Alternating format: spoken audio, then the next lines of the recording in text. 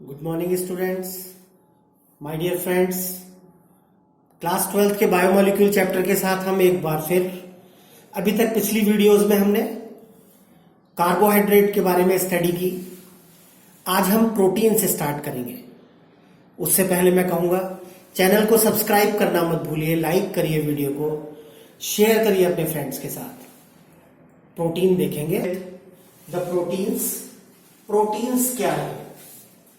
वैसे हम सब जानते हैं protein is the basic building unit of the body. हमारी बॉडी का अधिकतर पार्ट प्रोटीन से मिलकर बना है। फाइब्रस मसल्स जो है, स्किन है, मसल्स है, all they are made up of protein. Yes, proteins क्या है? Proteins are polymer of alpha amino acids. Alpha amino acids के पॉलीमर है। Proteins are polymer of alpha amino acid. अगर एक जर्नल स्ट्रक्चर बनाए, this may be the structure of protein alpha amino acid. R is the alkyl group. यहां alpha का meaning क्या है? Alpha का मीनिंग देखिए जरा। फंक्शनल ग्रुप का नेक्स्ट कार्बन अल्फा है। फंक्शनल ग्रुप का नेक्स्ट कार्बन अल्फा है और उस पर ग्रुप लगा हुआ है NH2। तो हमने कहा alpha amino, prefix of NH2 is amino, तो alpha amino acid. Alpha amino acid के जब बहुत सारे मॉलिक्यूल आपस में ज्वाइन हो जाएंगे तो वो different kind of different kind of proteins बनाएंगे। अगर हम अमीनो एसिड्स की बात करें, there are 20 amino acids. There are total 20 amino acids are found in our body. 20 में से 10 amino acids are essential amino acid. 10 amino acids are essential amino acids. Essential amino acid का meaning क्या है? हमारी body in amino acids को नहीं बनाएगी और हम इसको बाहर से लेंगे। हमको इनको बाहर से खाना पड़ेगा। Okay, taken from outsources. Outsources से हमको इनका खाना पड़ेगा। We can not synthesise them in our body, तो हमने वर्ड लगाया essential. In the same way rest 10 amino acids are non essential amino acid. Means to say बाहर से खाने की कोई जरूरत नहीं, हमारी बॉडी इनको अपने आप बना लेगी। हमारी बॉडी इनको अपने आप सिंथेसाइज कर सकती है, इसलिए नॉन एसेंशियल नहीं है खाना। तो 10 are essential and 10 are non essential. अगर हम आर की वैल्यू लेकर, आर की वैल्यू को डिफरेंट रखकर कुछ अमीनो एसिड्स के बारे में बात करें, तो जब R की वैल्यू H है, R की वैल्यू H, तो स्ट्रक्चर बनेगा NH2 CH2COOH। NH2 CH2COOH और इस अमीनो एसिड का नाम दिया गया ग्लाइसिन। इस अमीनो एसिड का नाम ग्लाइसिन। अगर R की वैल्यू CH3 रखी जाए, एक्चुअली हम नहीं रख रहे हैं, हमने जो स्ट्रक्चर्स एनालाइज किए हैं उसके बेसिस पर हम इनके नाम दे रहे हैं। तो R की वैल्यू जब CH3 रखी जाए, then the structure will be like this, CH3 COOH। इसका नाम एलेनाइन। This is alanine. कुछ नाम याद रख लेने चाहिए, कुछ स्ट्रक्चर्स याद रख लेने चाहिए, ताकि हम आगे पॉलीपेप्टाइड बॉन्डिंग वगैरह जब पढ़ेंगे then it will be more clear to us. तो जब R की वैल्यू हमने CH3 रखी तो हमने नाम दिया एलेनाइन। इन द सेम वे अगर R आइसोप्रोपाइल लिया जाए, R की वैल्यू ली जाए isopropyl, that mean NH2 CH CH CH3 CH3 COOH, then it is called valine। 3 amino acid याद रखना बहुत जरूरी है, glycine, alanine and valine। Now if you will see these 3 structures, सबसे important glycine, if you will found in this glycine this carbon is not the chiral carbon।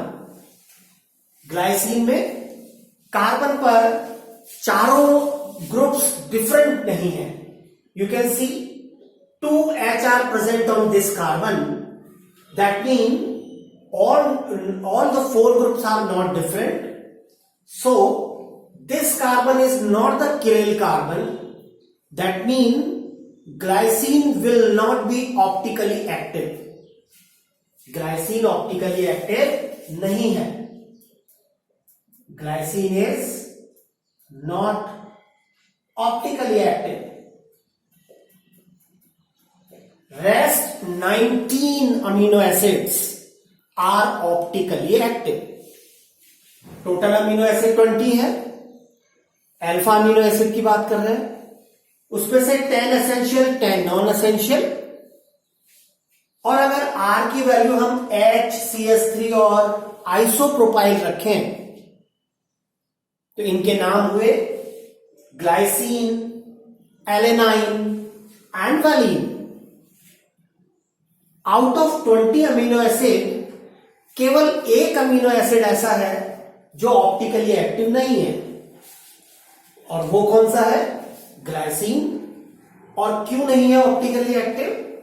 क्योंकि carbon chiral नहीं है, इस कार्बन पर चारों ग्रुप डिफरेंट नहीं है, इसलिए हम कहते हैं ये ऑप्टिकली एक्टिव नहीं है। एक बार मैं फिर याद दिला दूं, ऑप्टिकल एक्टिविटी का मीनिंग यह है, ग्लाइसिन का सॉल्यूशन हमने इस टेस्ट ट्यूब में लिया और जब प्लेन पोलराइज लाइट पास की तो लाइट न तो लेफ्ट घूमेगी और ना राइट। कहेंगे कंपाउंड जो इस टेस्ट ट्यूब में लिया गया वो ऑप्टिकली एक्टिव नहीं है। अगर हम नॉमेनक्लेचर की बात करें तो ग्लाइसिन नाम क्यों पड़ा? ग्लाइसिन नेम क्यों पड़ा? क्योंकि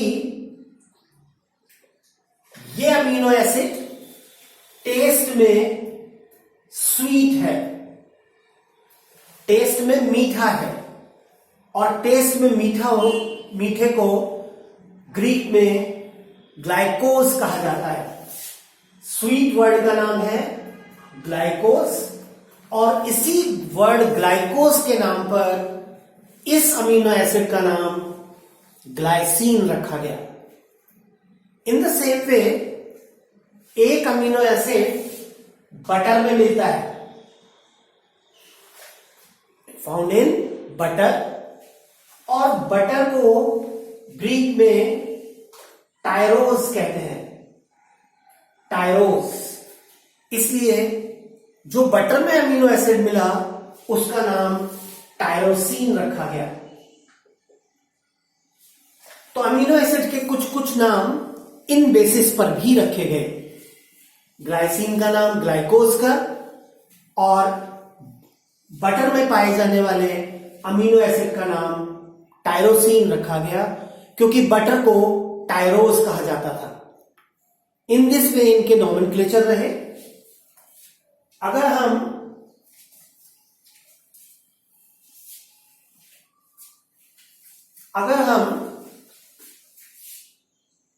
ज्वीटर आयन की बात करें, जो हमने अमाइन चैप्टर में भी की, अमाइन चैप्टर में अगर आपको याद हो तो हमने सल्फेनिलिक एसिड बनाया था, sulphanilic acid. This was the structure of sulphanilic acid. इस सल्फेनिलिक एसिड में एक बेसिक ग्रुप है, एक एसिडिक ग्रुप है। SO3H will donate the H plus ion, NH2 will accept it. As a result,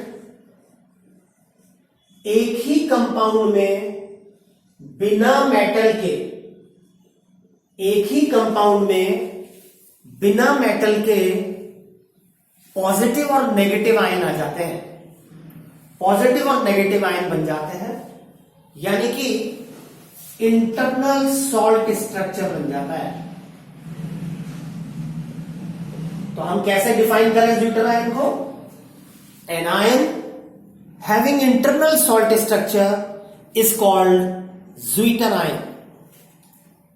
okay, तो अगर हम बात करें अल्फा अमीनो एसिड की, here also you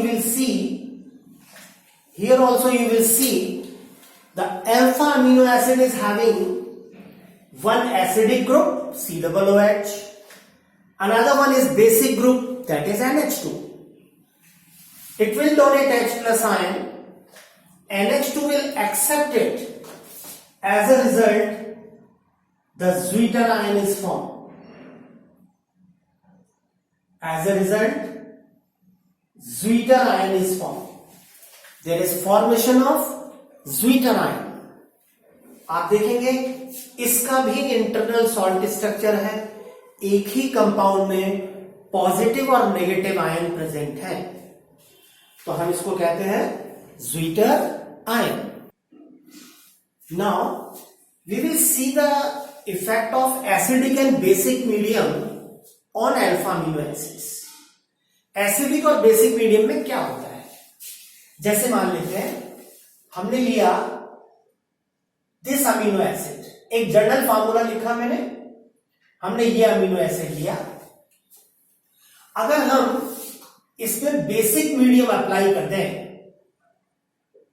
we are applying the basic medium, यानी कि OH माइनस से इसको ट्रीट करा दें, तो क्या होगा? Acid will donate the H plus, OH minus will accept it, as a result it will lose water, और जब वाटर का लॉस होगा then there is a formation of negative ion, negatively charged ion will form. On the other hand, अगर acidic medium लिया जाए, in acidic medium what will happen? In acidic medium NH2 will accept the H plus ion. NH2 will accept the H plus ion because it is basic group. Okay, so cation will form. In acidic medium cation will form, while in basic medium anion is formed. जिस pH पर ये positive और negative ion बनते हैं उसे हम iso electric point कहते हैं। Iso electric point, the pH at which cation and anion will form, the pH at which cation and anion will form, we will call it isoelectric point. तो हम amino acid से cation और anion बड़े आराम से बना सकते हैं। नाउ अब क्वेश्चन ये है कि amino acid will form the protein, तो कैसे वो प्रोटीन बनाएंगे? एक अमीनो एसिड दूसरे से, दूसरा तीसरे से, तीसरा चौथे से कैसे जुड़ेगा? ताकि एक लॉन्ग चेन बन सके, तभी पॉलीमर बनेगा।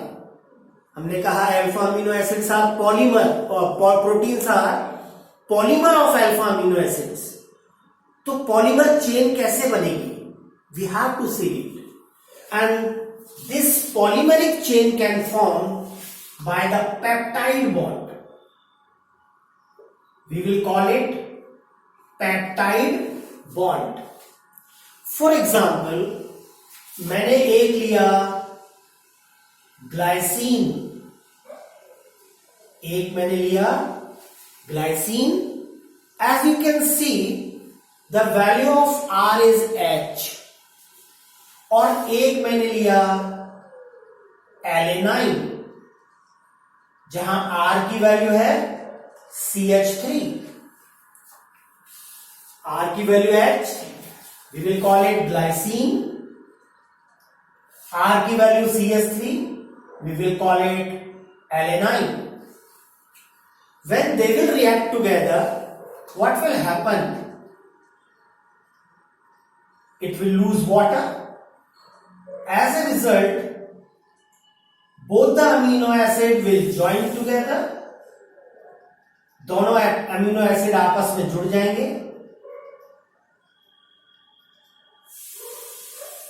And there is a formation of amide linkage. Amide linkage will form. This linkage is amide linkage. जैसे ऑर्गेनिक केमिस्ट्री में अमाइड लिंकेज बनती है, अमाइड्स बनते हैं, it is also a kind of amide. इसी अमाइड लिंकेज को proteins के case में पेप्टाइड चेन कहा जाता है या पेप्टाइड बॉन्ड कहा जाता है. This amide bond is known as peptide bond. What we will call it? Peptide bond we will call it. और जब ऐसे बहुत सारे पेप्टाइड बॉन्ड बन जाते हैं, number of thousands of lakhs of, तो हम उसको पॉलीपेप्टाइड चेन कहते हैं. Polypeptide chain. और जब बहुत सारी पॉलीपेप्टाइड चेन बन जाएंगी तो हम उसे प्रोटीन कहते हैं. क्या बन जाएगा? प्रोटीन. अमीनो एसिड्स आपस में जुड़ते चले जाएंगे different kind by the help of amide bond. This amide linkage और amide bond is known as peptide bond. और जब थाउजेंड्स ऑफ पेप्टाइड बॉन्ड बनेंगे we will call it polypeptide. और जब पॉलीपेप्टाइड चेन्स आपस में जुड़ जाएंगी तो हम उसे कहेंगे प्रोटीन का फॉर्मेशन हो रहा है. There is a formation of protein. अब मान लेते हैं हम इस कंपाउंड का नाम करें. इसका नाम कैसे लिखा जाएगा? तो मान लेते हैं पहले लिखा गया ग्लाइसिन. पहला अमीनो एसिड हमने लिया ग्लाइसिन और दूसरा अमीनो एसिड हमने लिया एलेनाइन. तो पहले वाले एसिड को, अमीनो एसिड को वाइल लगाकर लिखा जाएगा, YL. जैसे ऑर्गेनिक केमिस्ट्री में हम लिखते हैं methyl, ethyl, propyl, butyl, pentyl. Absolutely in the same way first amino acid should be written as with yl. तो ग्लाइसाइल. इस लिंकेज का नाम बता रहा हूं मैं. This will be glycyl. और दूसरे अमीनो एसिड का complete name as it is. तो ये जो हमने स्ट्रक्चर बनाया, ये जो स्ट्रक्चर बना, तो पहले वाले में हमने लगाया आइल तो नाम हुआ ग्लाइसाइल. दूसरे वाले अमीनो एसिड को हमने एज इट इज लिखा और इसको हमने लिखा एलेनाइन. मान लेते हैं एक एग्जांपल और लेते हैं. फॉर एग्जांपल अमीनो एसिड कुछ यू जुड़े हुए हैं, एलेनाइन पहले, एलेनाइन जुड़ा वैलीन से, वैलीन जुड़ा आइसोल्यूसिन से, और आइसोल्यूसिन जुड़ा ग्लाइसिन से। मान लेते हैं ये 4 अमीनो एसिड आपस में जुड़े, तो बनने वाले कंपाउंड का नाम क्या बोला जाएगा, कैसे बोलेंगे? पहले तीनों अमीनो एसिड में हम सफिक्स लगाएंगे आइल, वायल, और लास्ट वाले अमीनो एसिड का नाम एज इट इज लिख देंगे। तो नाम हुआ एलेनाइल, वेलेनाइल, आइसोल्यूसिनाइल, ग्लाइसिन। लास्ट वाले का कंप्लीट नेम, उससे पहले वाले अमीनो एसिड में सभी में वाइल लगा देते हैं, आइल लगा देते हैं। Okay, now we will see the structure of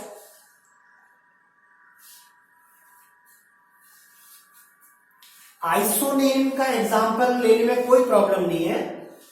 isoleucine is the name of amino acid, है ना?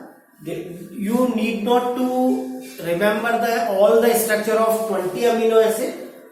Just for example, I have given you the structure of 3 amino acids: glycine, alanine, and valine. Okay, nobody will ask you the structures of all the alpha amino acids. Just for the explanation, I have given you some examples. Now we will see the structure of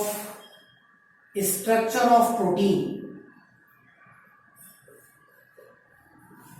Structure of protein, basically we have primary structure, secondary structure, and tertiary structure. Mainly sometimes quaternary structure is also formed. Here we will see the primary structure first. सबसे पहले primary structure देखेंगे। We will see the primary structure. So in primary structure what happens? In primary structure alpha amino acids are joined together in definite manner, in definite sequence rather I must say। एक definite sequence में alpha amino acids आपस में जुड़ जाते हैं। जैसे for example हमारी skin है और हमारी स्किन में सीक्वेंस कुछ यूं है, एलेनाइन के बाद ग्लाइसिन है, ग्लाइसिन के बाद वैलीन है, वैलीन के बाद आइसोल्यूसिन है, आइसोल्यूसिन के बाद फिर ग्लाइसिन है, once again it is glycine. तो एक डेफिनेट सीक्वेंस में हमेशा प्रोटीन का सिंथेसिस होगा और हमारी स्किन हमेशा वैसी ही बनी रहेगी। This sequence should always be maintained. ये सीक्वेंस कभी भी बदलनी नहीं चाहिए। जैसे फॉर एग्जांपल मान लेते हैं हम कहीं से जल गए, जलने से क्या हुआ, मान लेते हैं इतना जल गए कि हमारी मसल तक दिखने लग गई।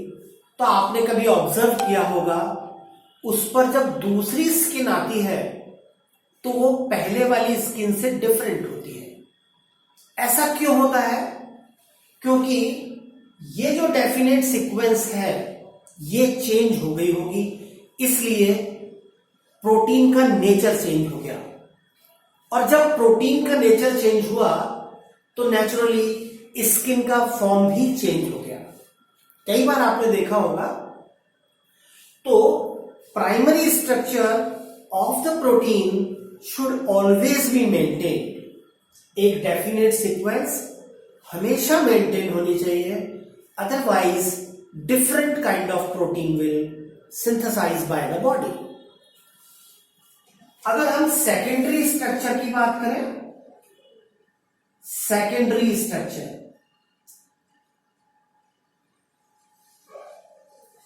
सेकेंडरी स्ट्रक्चर में there are two type of secondary structure.